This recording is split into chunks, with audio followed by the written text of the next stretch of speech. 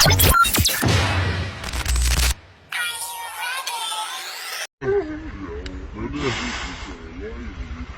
lakad niya.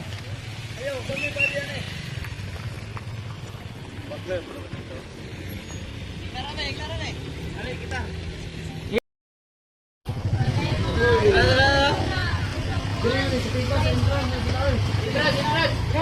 Sentras lagi apa? Sentras.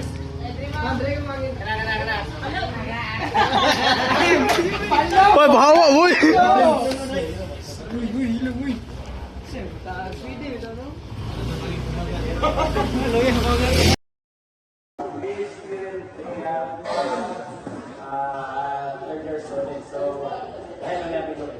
So, my topic is about atmospheric pollution. Gusto may idea to what is atmospheric pollution? Sige, kayo na pa.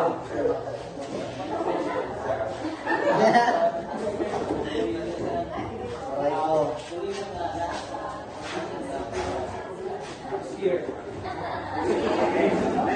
So, when we say atmospheric pollution, magwa na ito yung atmospheric pollution through mga sakyanan, kaya natin really about traffic. So, involved din ang mga sakyanan, di na siya napas sa sakyanan, maski ka lang mga building without ng mga plants, mga factories, even yung mga smoke, yung kaga-smoke without cigarette.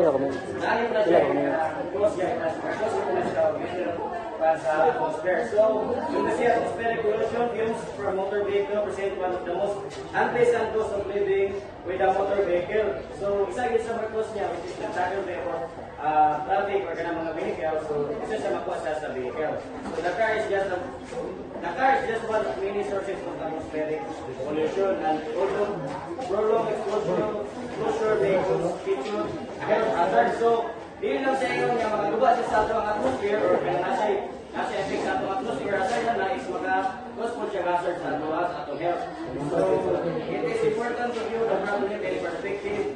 As the Royal Commission of Environmental Pollution has stated, there is no firm evidence that is written the present level of this pollutant in hazard of the health. So, dili siya yung dili siya dali ma-prevent na to. Ang gawin mo sa nag-lead sa ito, dinilive sa ito mga gulis, dili siya nagyan yan. Gamit ito mga vehicles. Kalabaw na kubatis ka na dito mga vehicle ka, sabi na kayo, masulang tumuso na, dili natin na siya ma-prevent. Lebaw na siya itong area din. Although naganda mga kahoy, pero dili siya ma-prevent kayo.